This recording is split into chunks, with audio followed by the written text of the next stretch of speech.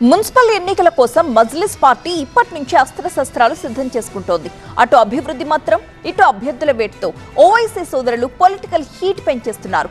పాత బస్తీ నుంచి సైబరాబాద్ వరకు పక్కా ప్లాన్ తో ముందుకు వెళుతున్న మజ్లిస్ గెలుపు గుర్రాల ఎంపికలో కూడా కొత్త వ్యూహాలు అమలు పరుస్తోంది.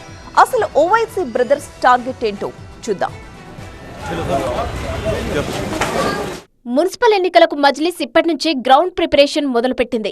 ఎన్నికల వ్యూహంలో భాగంగా గత 2 నెలలుగా మజ్లిస్ తన నియోజకవర్గాల్లో సర్వే ఫ్రీ మ్యాపింగ్ కార్యక్రమాన్ని అత్యంత పకడ్బందీగా నిర్వహిస్తూ ప్రజల్లో అవగాహన కల్పిస్తోంది.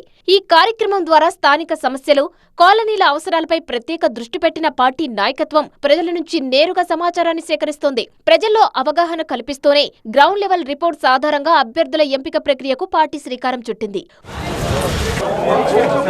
ముఖ్యంగా సైబరాబాద్, మల్కాజ్గిరి ప్రాంతాల్లో పార్టీ తరపున పోటీ చేయాలనుకునే ఆశావాహుల నుంచి దరఖాస్తులను ఆహ్వానిస్తున్నట్లు పార్టీ వర్గాలు ప్రకటించాయి. ఈ నెల 20 వరకు పూర్తిగా నింపిన దరఖాస్తులను దారుస్సలాంలో సమర్పించాలని సూచించారు. అభ్యర్థుల ఎంపికలోనూ వ్యూహాత్మకంగా ముందుకు వెళ్తోంది. పార్టీ సిద్ధాంతాలను నమ్మి ప్రజల్లో చురుకుగా పనిచేసే వారికి ప్రాధాన్యత ఇవ్వాలని భావిస్తోంది. స్థానిక సమస్యలపై అవగాహనతో పాటు ప్రజలకు అందుబాటులో ఉండే నాయకులను ఎంపిక చేసే దిశగా మజ్లిస్ అధిష్టానం కసరత్తు చేస్తుంది.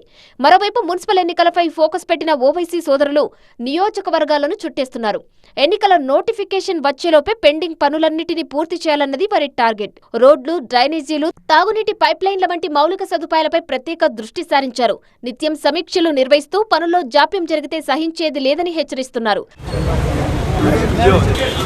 మొత్తానికి అటు అభ్యర్థుల వేట నుంచి ఇటు క్షేత్రస్థాయి పర్యటనల వరకు మజ్లిస్ చూపిస్తున్న దూకుడు చూస్తుంటే గ్రేటర్ ఎన్నికల షెడ్యూల్ అతి త్వరలోనే రాబోతుందన్న సంకేతాలు స్పష్టంగా కనిపిస్తున్నాయి.